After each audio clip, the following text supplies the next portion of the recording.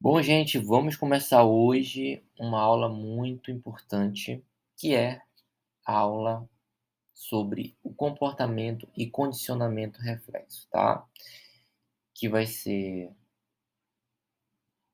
explicada, né, por mim, que tenho mestrado em psicologia, sou psicólogo, tá? E me chamo Luiz Souza. Então vamos lá, gente. O que é um reflexo? Reflexo é uma relação entre estímulo e resposta, no qual um estímulo elicia. O que significa elicia? Ele produz, tá, uma resposta. Então toda vez que eu falar de reflexo, eu vou estar aí falando por, consequência a palavra elicia também, utiliza muito essa palavra, tá. Então reflexo é uma reação automática e inevitável a uma estimulação do ambiente, então é algo que você não tem controle, tá. Ele pode ser incondicionado ou ele pode ser condicionado. Se ele for incondicionado, ele é inato, né, determinado filogeneticamente, ok? E se for condicionado, ele é aprendido por pareamento, associação ou emparelhamento, ou seja, de ordem ontogenética, ok? O reflexo está sempre relacionado com respostas fisiológicas. Então, é um reflexo, vamos supor que você leva um choque, você pode ter tristeza, você pode ter um medo, né, ou tomar um susto, enfim, sempre tem relação com alguma emoção. É conhecido também como repertório comportamental inato, tá? E muito conhecido como a sigla SR, ou seja, estímulo, todo estímulo gera uma resposta, ok? Exemplo, tomar um choque é um estímulo, musculatura contrair é uma resposta, beleza?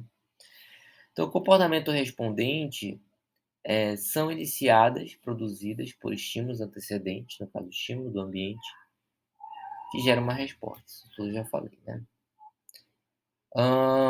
Outros pontos também do comportamento respondente incondicionado, inato.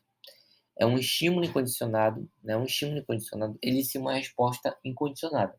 E todo estímulo condicionado, ele inicia uma resposta condicionada, ok? Os reflexos inatos são inerentes às espécies, ou seja, não é algo que você escolhe, é algo que você tem, ok? Não tem como você, eh, escolher, né, tá. Então servem para a manutenção da vida, e quando eu falar em elicia, tá em relação com o inato, quando eu falar emitido, é uma relação com a aprendizagem, ok. Diferença entre comportamento reflexo e operante. Na relação de comportamento respondentes e condicionado inato, o comportamento certamente ocorrerá, ou seja, quando o comportamento ele é respondente incondicionado, não tem probabilidade de não ocorrer, ele ocorre, ok? Se o comportamento for operante, há uma grande probabilidade de ocorrência, mas a gente não pode dar certeza absoluta, ok? Então aqui são alguns exemplos de comportamentos reflexos inatos, né? Receber a luz, contração das pupilas, gota de limão, salivação provocada, ar frio, arrepio na pele, cortar uma cebola, chorar, tá? Então aqui tem diversos, exemplos de reflexos. Outros exemplos de imagens, tá? Aqui também são outros exemplos de estímulo de resposta. Comportamento respondente condicionado ou aprendido, né? Ele é aprendido porque ele foi pareado com alguma coisa, então houve uma associação, um emparelhamento, certo? Como nesse caso, né, que a gente vê aqui imagens de um pareamento entre bebida com mulher, né, e talvez com calor também. Que o exemplo do cão do Pavlov, né, aqui tinha um som que não inicia uma resposta, né, incondicionada. Aqui temos, né, uma comida, que é um estímulo incondicionado, que gera a salivação. Quando eu associo a sineta com a comida, o cachorro entende, tá, por condicionamento, que toda vez que tocar a sineta, vem uma comida e ele começa a salivar, tá? Mas a gente vai aprender também que isso pode ser extinto, esse processo de salivação com a sineta. Tem o caso do pequeno Albert também, que é um caso que associaram o rato, né, com som estridente, e aí a criança começou a chorar com a imagem do rato, ok? Como nesse caso aqui, ó, né, o estímulo incondicionado, rato, gerava uma resposta incondicionada de medo a partir dessa associação aqui, tá? Então, todo estímulo incondicionado gera uma resposta incondicionada, todo estímulo condicionado gera uma resposta condicionada. Os principais conceitos são esses, tá? Estímulo neutro, estímulo condicionado, resposta incondicionada, resposta condicionada. Nós temos a lei da intensidade e magnitude, que é quando a gente tem, quanto maior a intensidade do estímulo, maior a magnitude da resposta, ou seja, maior a intensidade da resposta.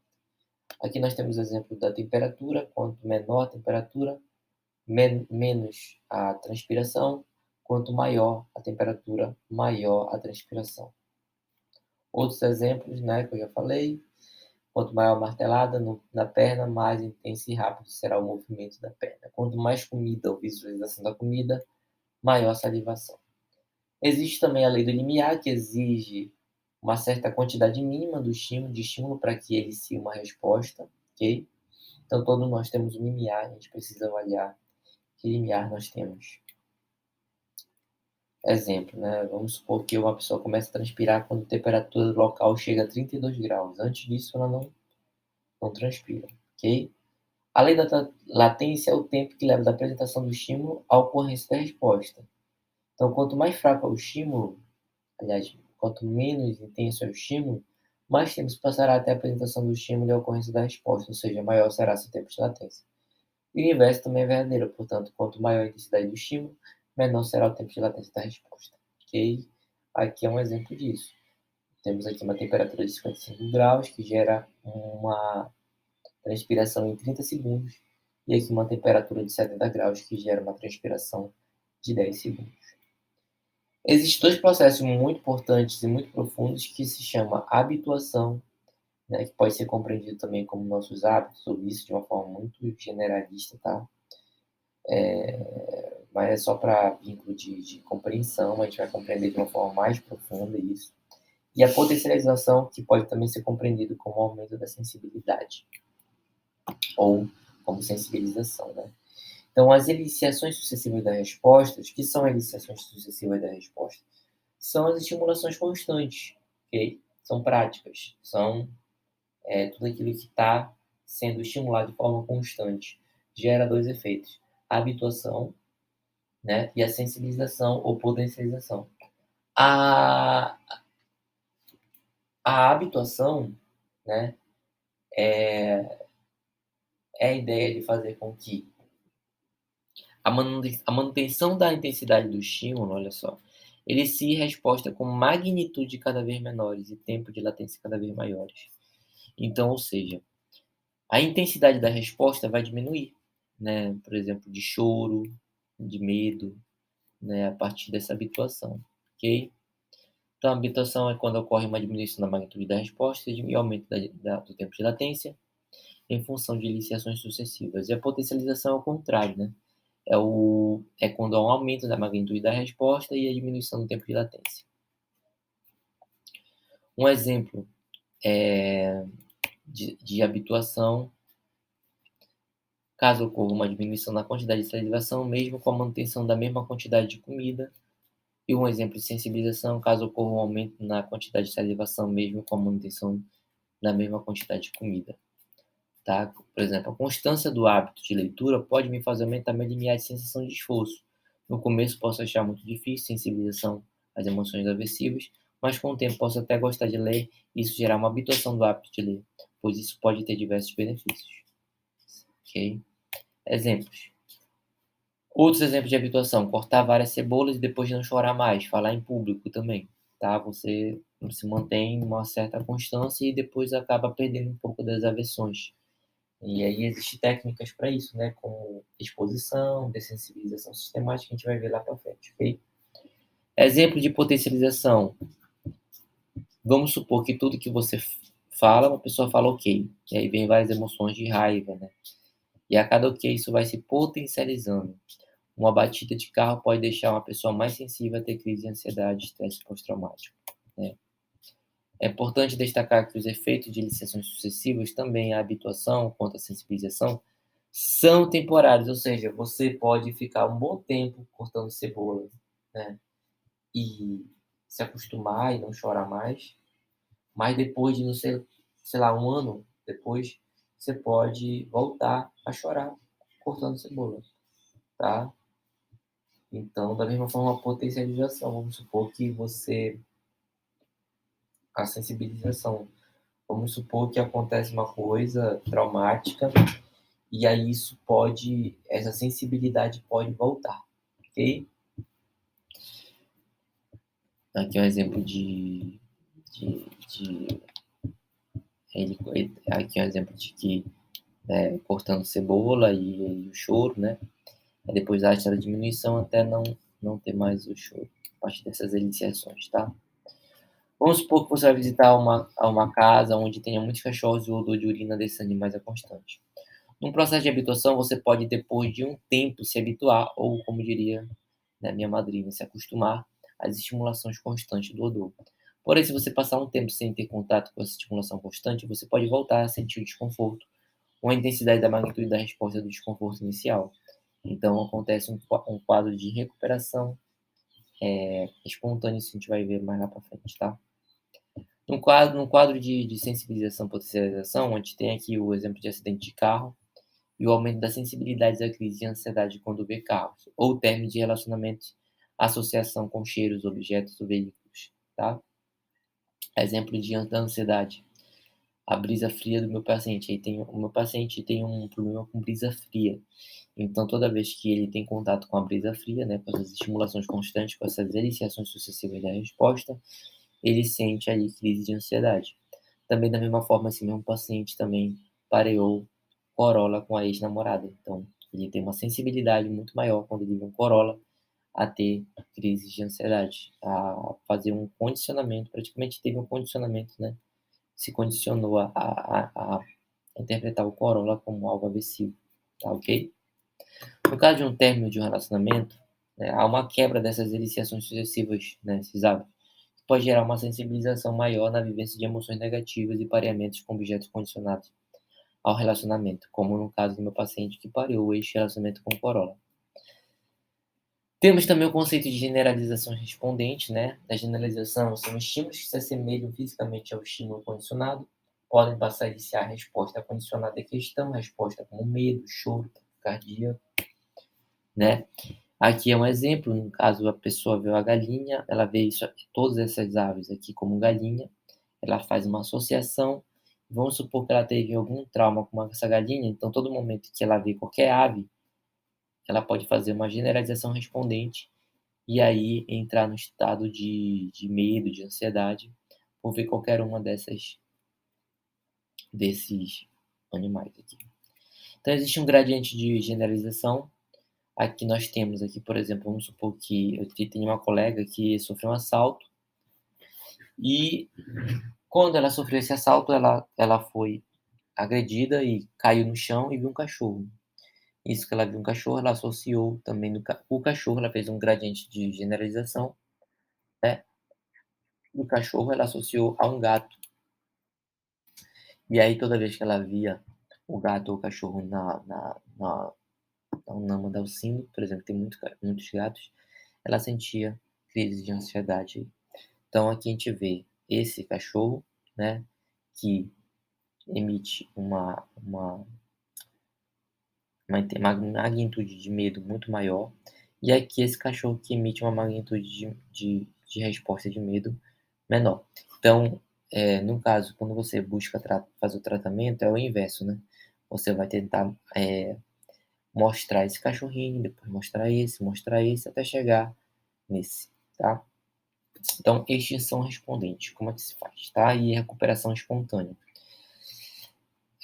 A extinção respondente é quando o estímulo condicionado do som da sineta é apresentado várias vezes, sem um estímulo incondicionado à comida, ao qual foi emparelhado. Seu efeito eliciador se extingue gradualmente, né? O CS, que no caso, quando o estímulo condicionado, desculpa, começa a perder a função de eliciar a resposta condicionada até não mais eliciá-la.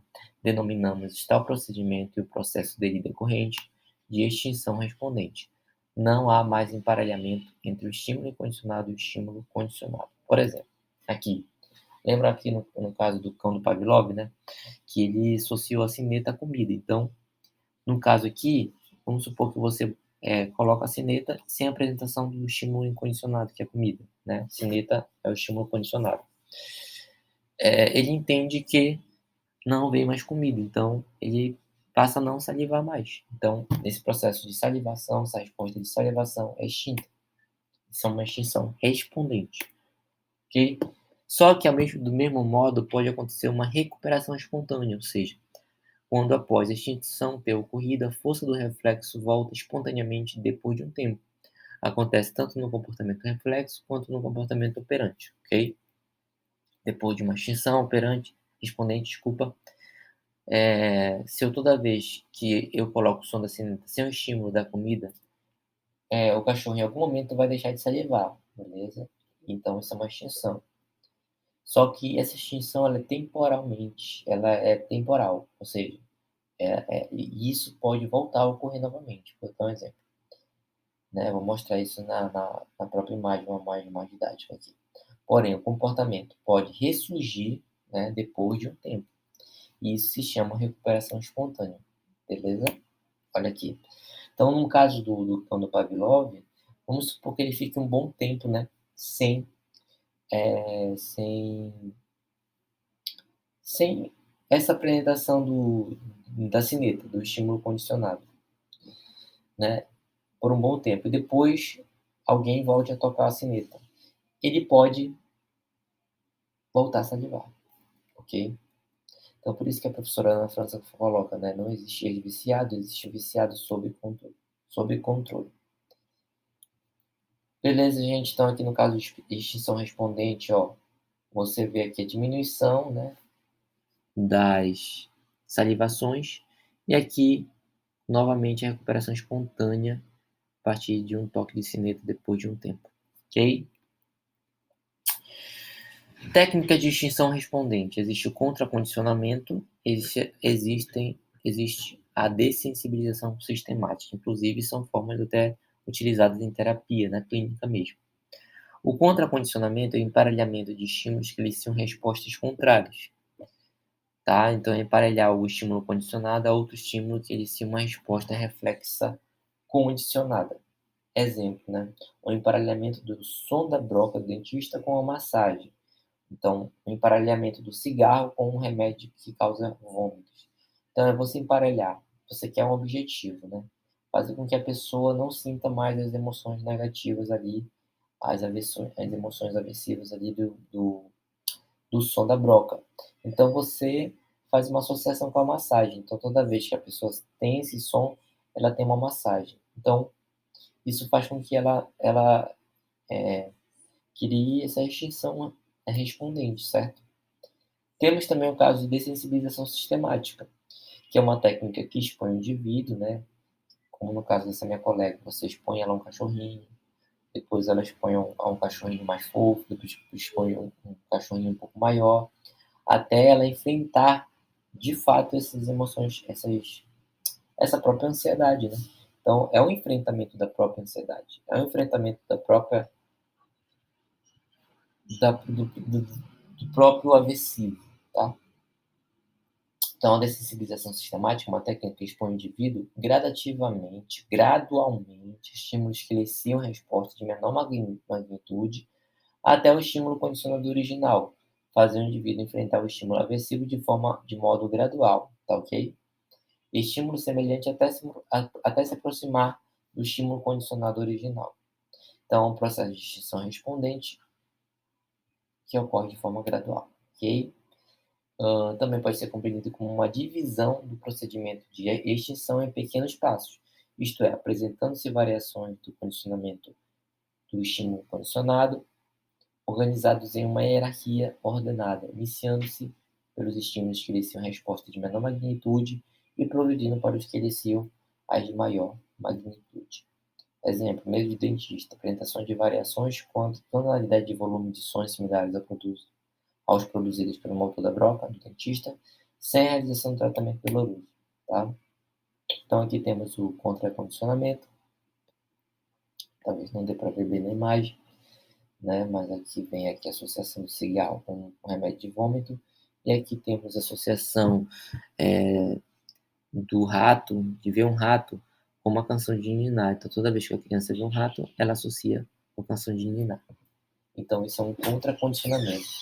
E no caso da dessensibilização, aqui a gente vê essas imagens, né? Por exemplo, aqui, né, ampliando, né, a parte do dessensibilização. A gente bota um cachorrinho menor, um cachorrinho maior e vai dessensibilizando até a pessoa associar esse cachorro maior e não sentir o medo.